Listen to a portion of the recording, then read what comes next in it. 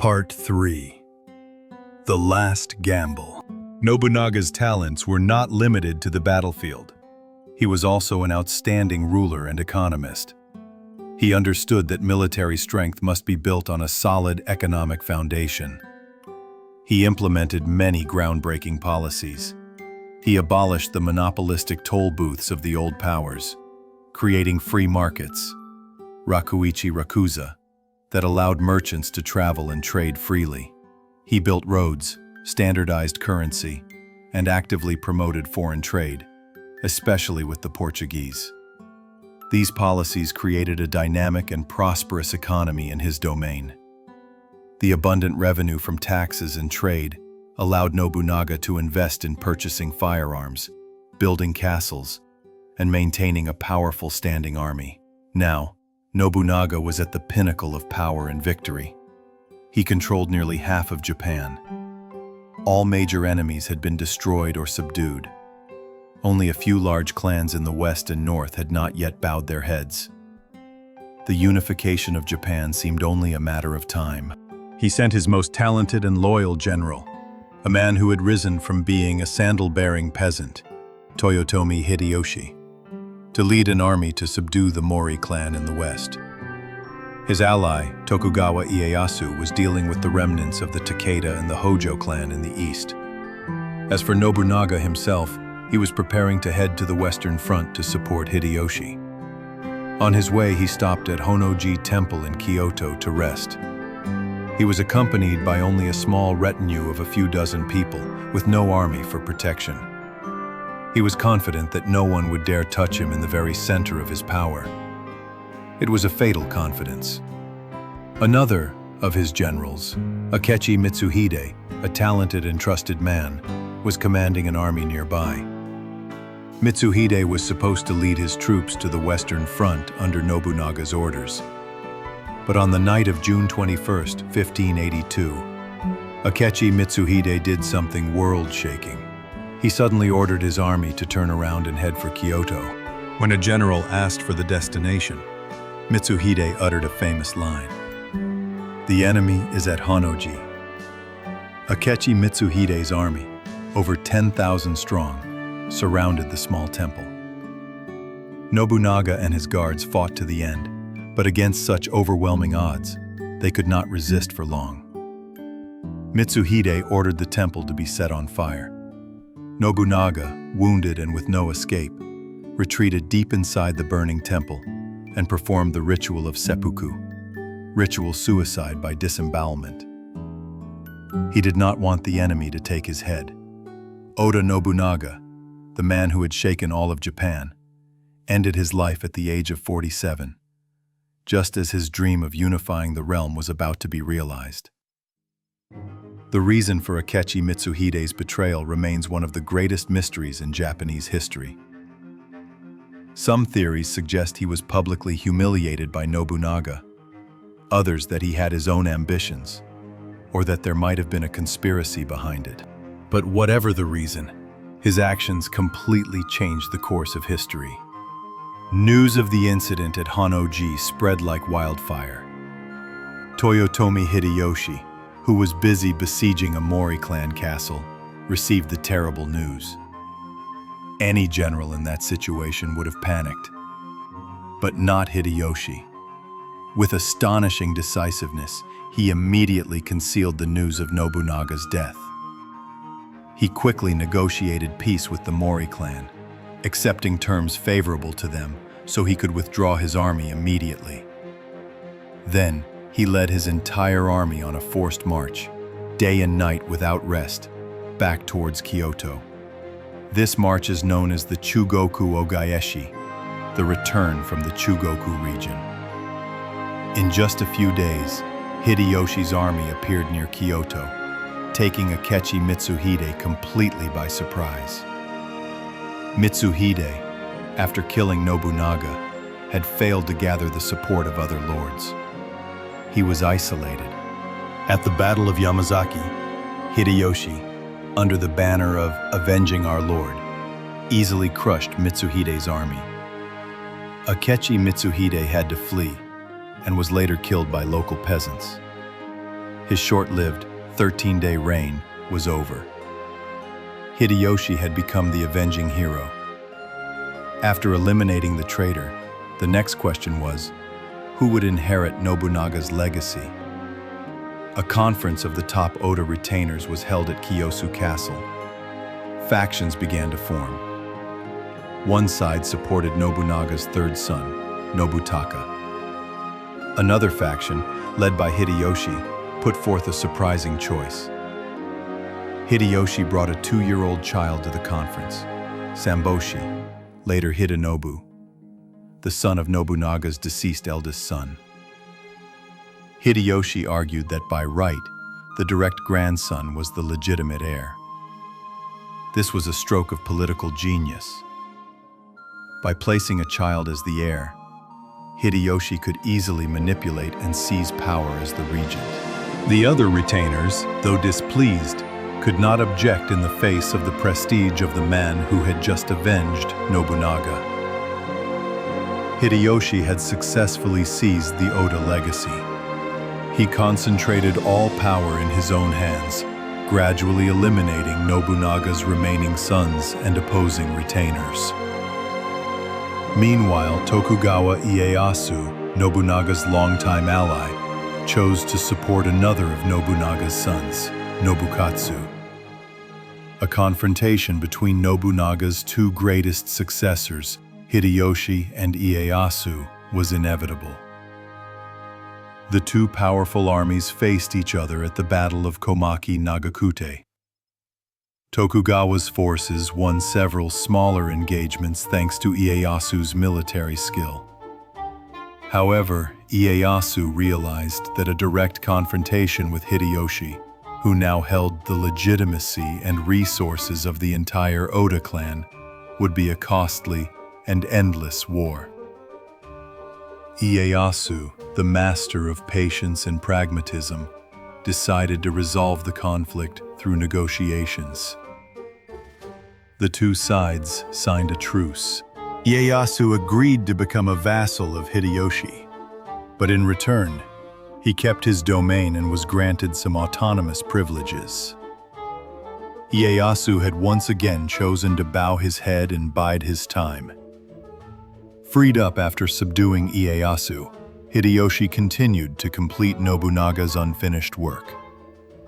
He conquered the remaining clans in Shikoku, Kyushu, and finally subdued the powerful Hojo clan in the east. In 1590, Toyotomi Hideyoshi became the first man to unify all of Japan after more than 100 years of chaotic warfare.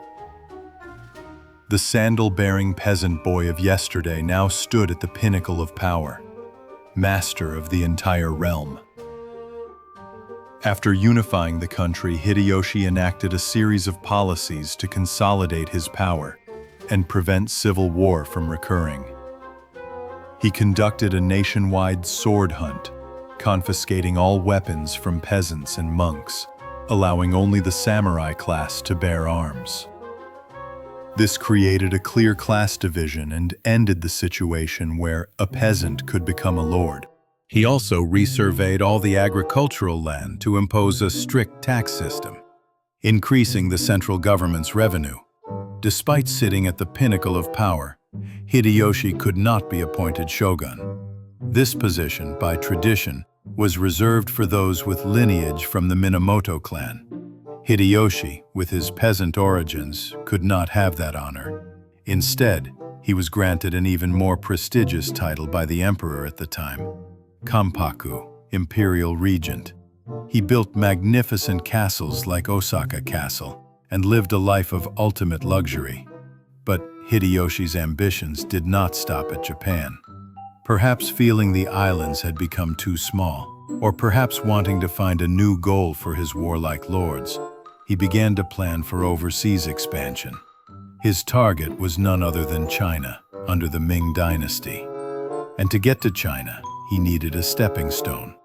That stepping stone was Korea. In 1592, Hideyoshi launched a large-scale invasion of Korea. Over 150,000 Japanese troops, equipped with matchlocks and seasoned by decades of war, landed on the peninsula. Initially, the invasion went smoothly. The Japanese forces, with their superior strength, quickly captured the capital, Seoul, and advanced deep into Korean territory. But the further they went, the fiercer the resistance they encountered. The Ming dynasty sent reinforcements to aid Korea. At sea, Admiral Yi Sun-sin's fleet, with its famous turtle ships, repeatedly defeated the Japanese navy, cutting off their supply lines. The war became a quagmire. The Japanese suffered heavy losses and were gradually pushed back. Hideyoshi, directing the war from Japan, grew increasingly despondent at the news of failures. The invasion, which was supposed to bring glory, had now become a burden. He eventually ordered a withdrawal.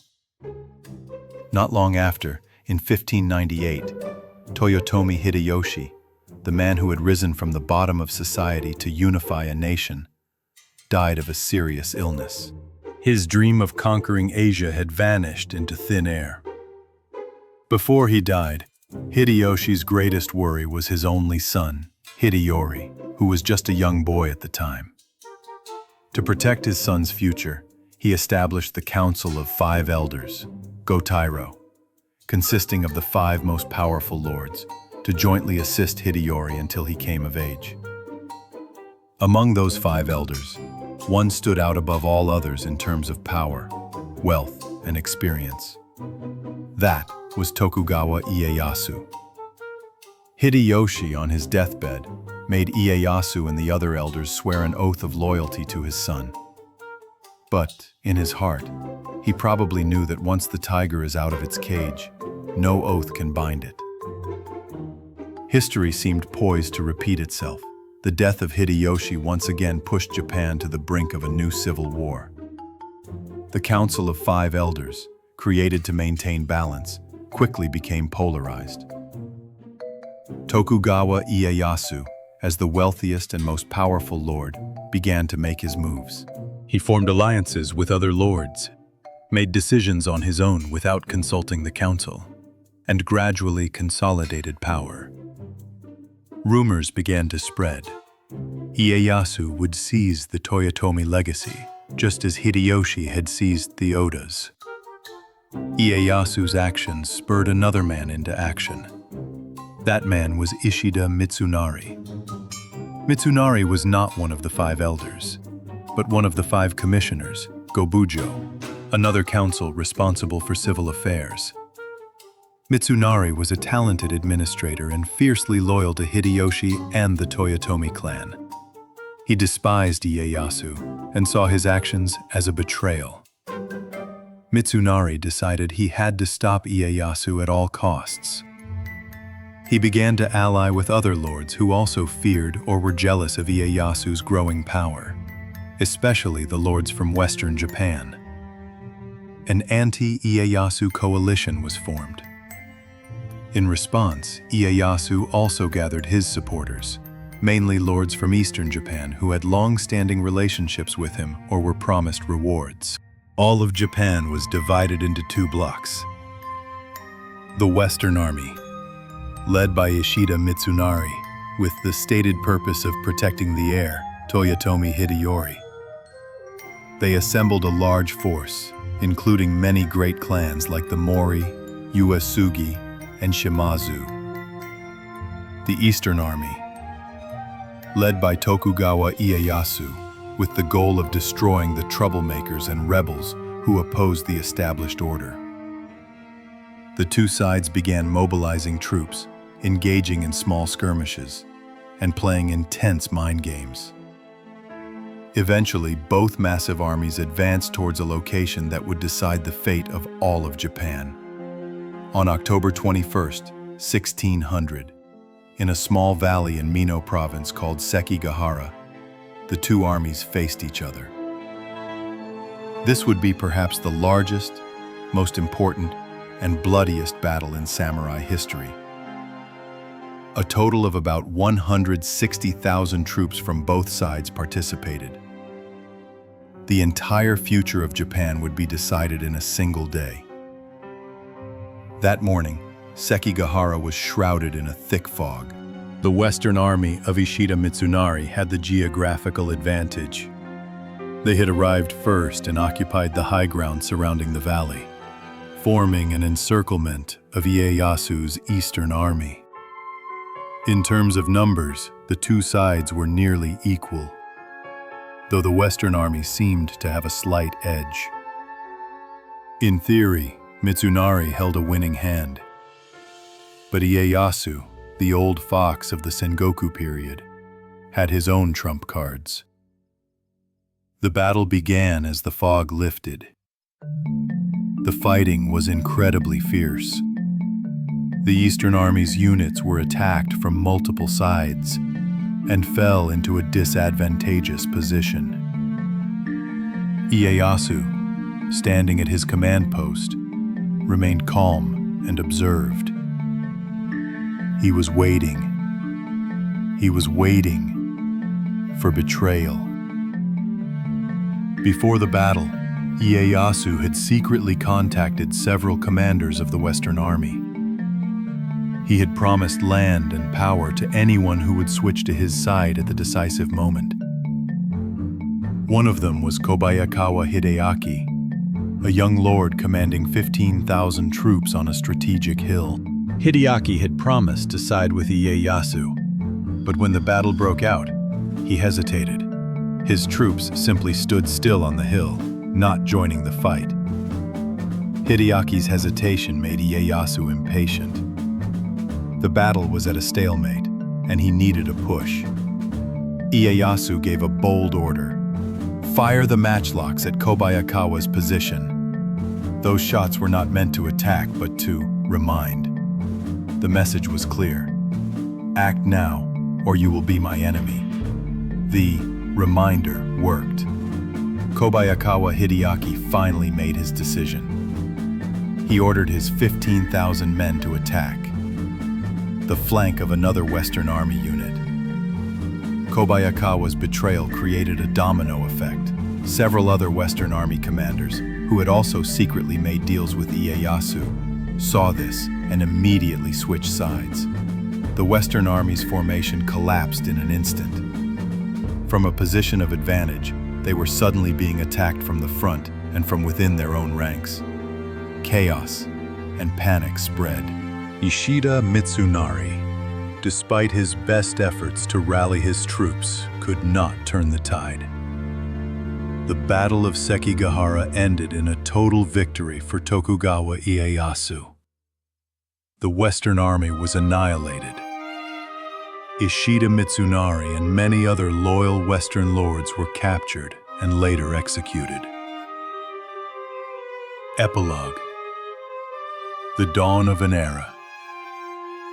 After the victory at Sekigahara, Tokugawa Ieyasu became the most powerful man in Japan, with no rival left to challenge him.